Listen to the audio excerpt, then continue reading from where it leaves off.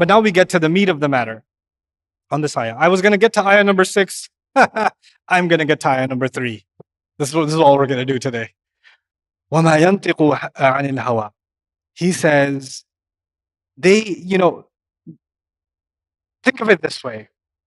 A public speaker or a speaker, because the Prophet ﷺ is now speaking the Quran, so he's become a public speaker. What are the motivations of a public speaker? They want to be acknowledged. They want their idea to be heard. Somebody publishes a book. What is their desire? Inshallah, it will sit in the library collecting dust one day. No, their desire is millions of people are going to read this book. When somebody writes a PhD thesis, they're really hoping people do what? They read it. When you make a stupid post about what slice of pizza you ate and your amazing contemplation on the cheese, and you put it up on Instagram, you check all the time for what?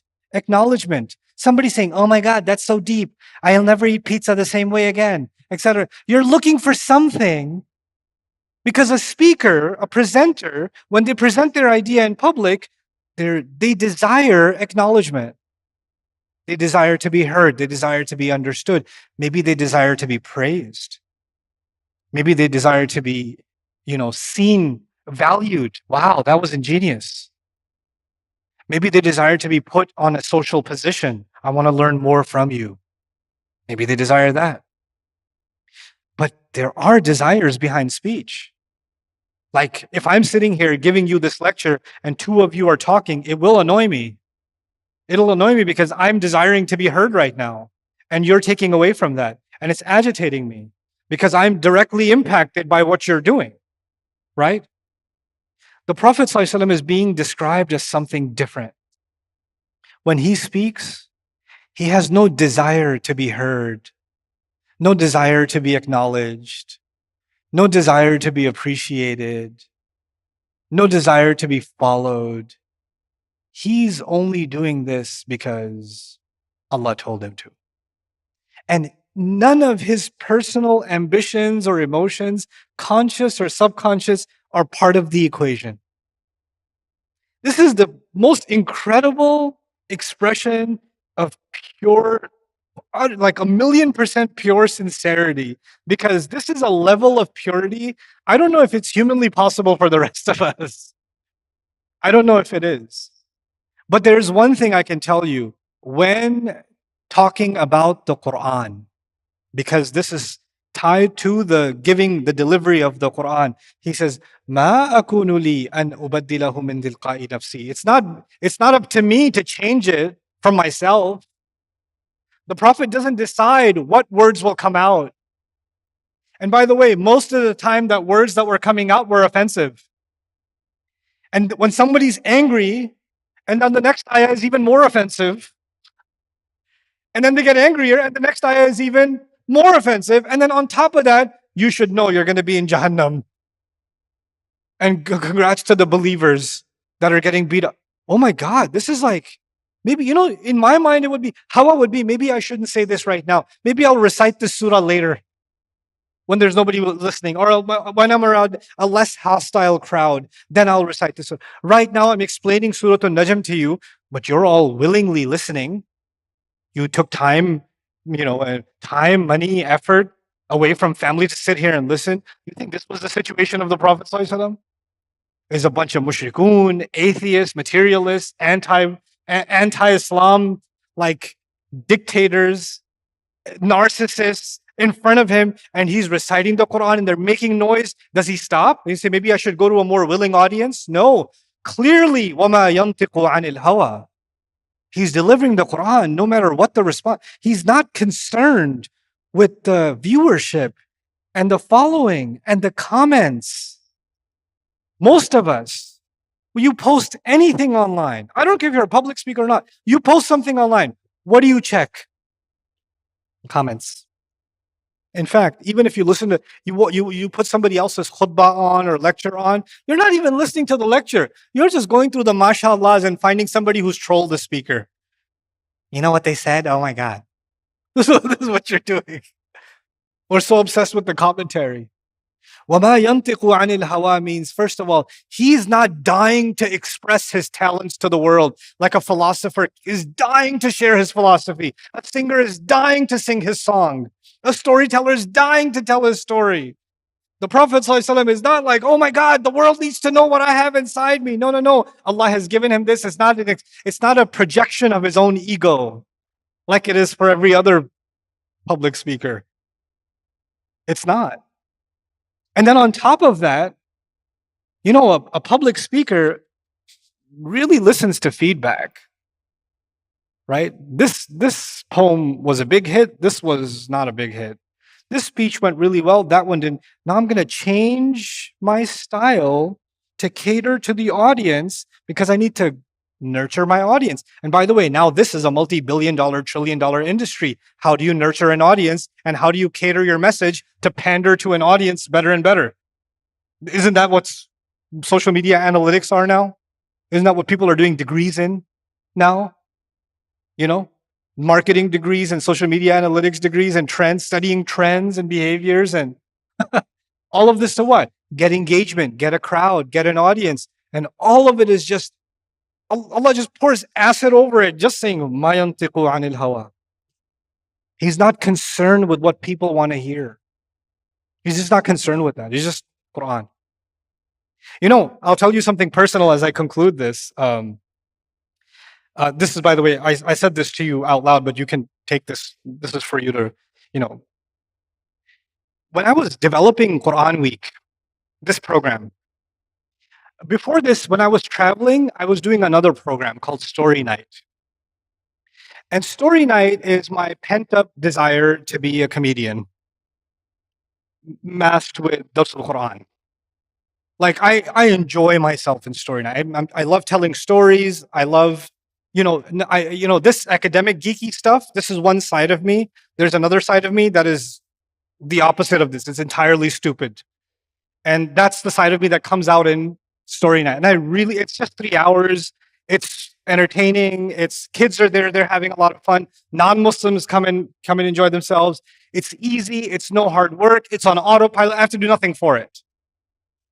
Then I was like, let's go to communities and contemplate a whole surah of the Quran. And you know what my team said? Who's going to come to that? People aren't ready for that. People have TikTok attention span. After 90 seconds, 90 is too long, 30 seconds. They're going to try to swipe you in the first day. People are going to say, I'm not coming back to this. This is too much. It's too much stuff. There's too much material. It's too deep. It's too heavy. That's not what the public wants. I was like, yeah, but the thing is, tadabbur of the Quran is dying. We're not doing it as a people. And I had to make a decision whether one of you shows up or none of you shows up. I'm going to do tadabbur of Quran. And I want to act, even if I can ignite one person to start doing tadabbur of Quran in one community, I'm good. But I could have been sitting at Bayina campus doing this in front of a camera. I could do that. I've done Surah Yusuf like that, Surah Al-Kahf like that, Surah Al-Imran like that. I was like, no, I want to travel and take the hard work with me. You know, and part of the mental blocks I had is, I don't think this is going to work because it's not a desirable program, because it's too much work. And then there are ayat like these that slap you across the face. So what if it's not desirable? So what if it's not catering to the marketed audience? So what if it's not going to get, that's not your goal. That's not your goal. I have to cleanse myself to the point where 2 of you are sitting here, 200 of you are sitting here, 2,000 of you are sitting here, makes no difference. That's when I've understood something from وَمَا يَنْطِقُ عَنِ الْهَوَى. When he speaks, his emotions are put aside.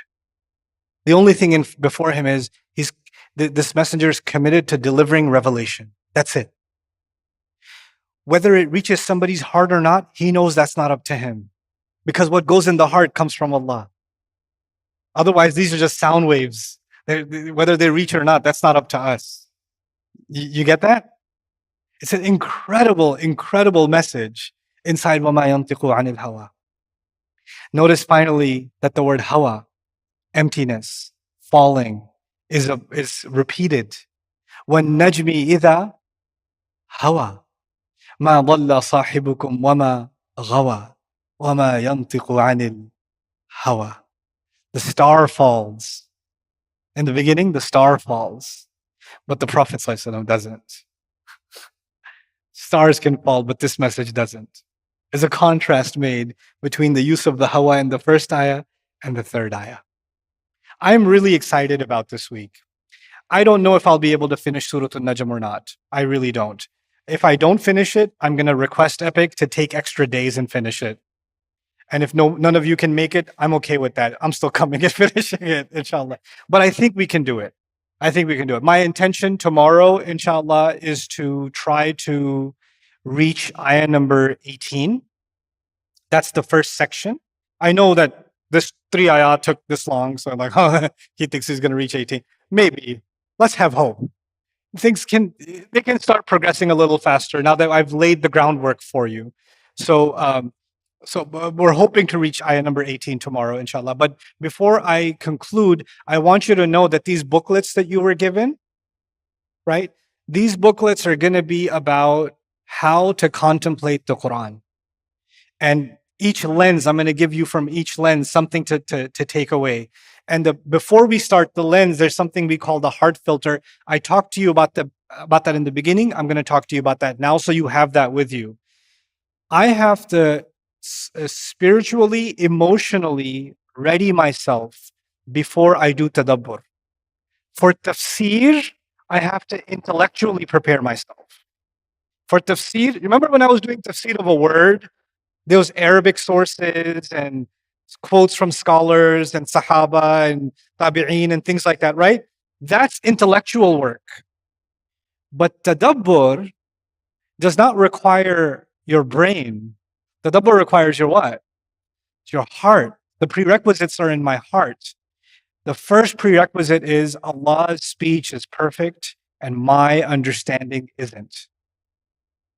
Which means when I read something and it's not making sense to me, it's because my understanding isn't wide enough and vast enough. And Allah's wisdom is infinite. I have to humble myself before the speech of Allah. This is one of the hardest prerequisites of tadabbur because we live in a critical society. Every message you receive, you critique it. You put a heart on it. You put a thumbs up on it. You put a thumbs down on it. You put a commentary on it. You take a course in college. You rate your professor. You listen to a speech, you rate it. You listen, people are now really into rating even a khutbah. People rate khutbahs. And it's become such a practice. I gave a khutbah one time, a brother came up to me, that was really good, but if you use this ayah and this ayah, would have been better. I was like, this is ratemykhutbah.com now? Like I'll give you a 7.5. I wasn't looking for a score, bro. But we're now rating Islam too. Who's your favorite speaker? What score do you give him? This stupidity has to stop. This nonsense has to stop. Kids used to do this for athletes, for basketball players. People do this for UFC fighters, and now you do this for sheikhs. What is this? This is the religion now. We've molded the religion into this because why? Because what our heart desires is more important than the message. So if a speaker has an accent, or a speaker isn't charismatic, or a speaker's too old, you're like, I can't pay attention. It's not entertaining enough. It doesn't give me that high, there's no jokes in his speech. Yeah, they're not. The people I listen to, they're really boring. But I love them. I literally have to stop every 5 to 7 minutes because my eyes are rolling up. But I still listen to them because I get more benefit from them than anything else. The Quran is not there to cater to you because it came from your master. The master doesn't cater to the slave. The slave caters to the master. That's a shift in attitude when I come to the Quran. That's my heart filter. I cannot come to it like a critic. I can't come to it like a product on Amazon. I only give it 2.5 stars. Not like that. The next filter in the Quran, I am looking for something. I'm looking for guidance. I'm not looking for information. I'll get the information, but the goal wasn't information. The goal was what? It was guidance. As you contemplate today, your homework assignment, 3 ayat. All we've done is 3 ayat. Your homework assignment is, what guidance am I getting personally from these 3 ayat? What do I get from these 3 ayats? I mean, I've shared some tafsir comments with you. I've shared what it means. I went through the vocabulary and all of it. That's tafsir. Now we got to do what? Tadabbur. What does this mean for me? I shared some tadabbur from وَمَا يَنْطِقُ عَنِ الْهَوَىٰ with you, but you must have your own. You must do the work yourself. This is Allah speaking to you. Allah speaking to me. Everyone, لِيَدَّبَّرُوا آيَاتِهِ. Somebody asked a beautiful question and I'll conclude with it. You can turn this off now. Beautiful question. He said, the Sahaba had so many opinions. Why? And how come they just didn't tell us what the Prophet said about the Quran? It would have been easier. The thing is, Allah designed this Quran in a really incredible way. He didn't say so that the Prophet reflects on it.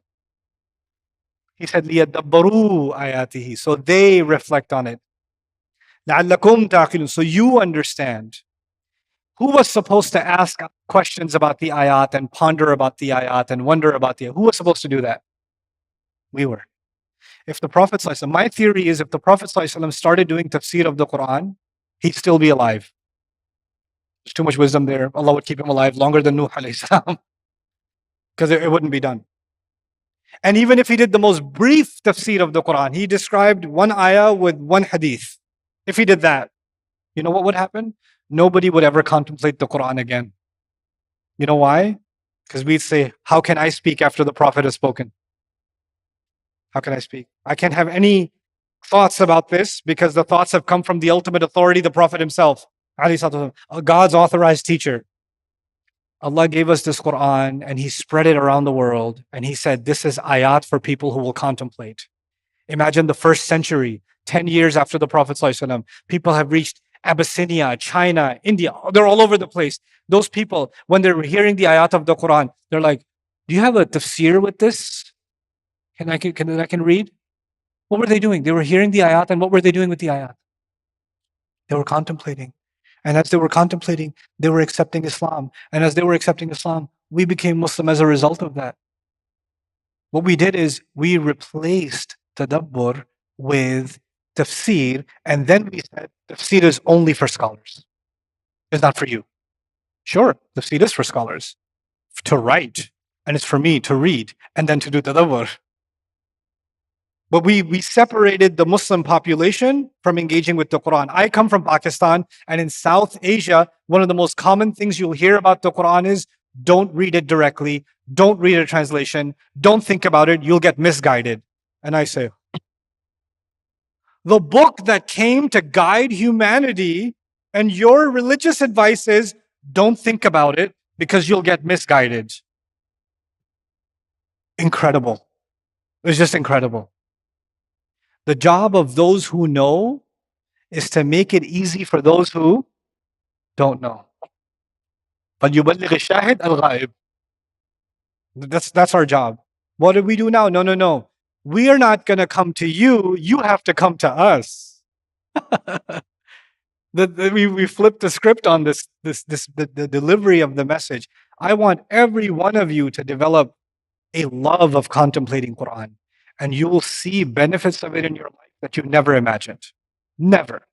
I'm telling you, it is the most fulfilling thing you will do with your life that I could do with my life is contemplate the Quran. You know, I find studying tafsir exhausting. But when the tafsir study is done and I start doing tadabbur, oof, nothing like it. Best job in the world. It's the best job in the world. I was sitting with Sheikh Suhaib in Scotland in a cafeteria. We were just doing tadabbur for 5 hours. And I just had to stop in the middle and say, isn't this the most amazing job on the planet? And he said, yeah, don't tell anyone. I was like, I'm gonna. I want all of you to have that joy. He said, فَبِذَلِكَ فَلْيَفْرَحُوا هُوَ خَيْرٌ مِمَّا يَجْمَعُونَ. because of the Quran, they should be filled with joy. It's better than everything else that they're gathering. Let's gather some Quran. So with that, I'm going to conclude our first session. I think it went fairly well, inshallah, but that's up to you. I don't care about your comments.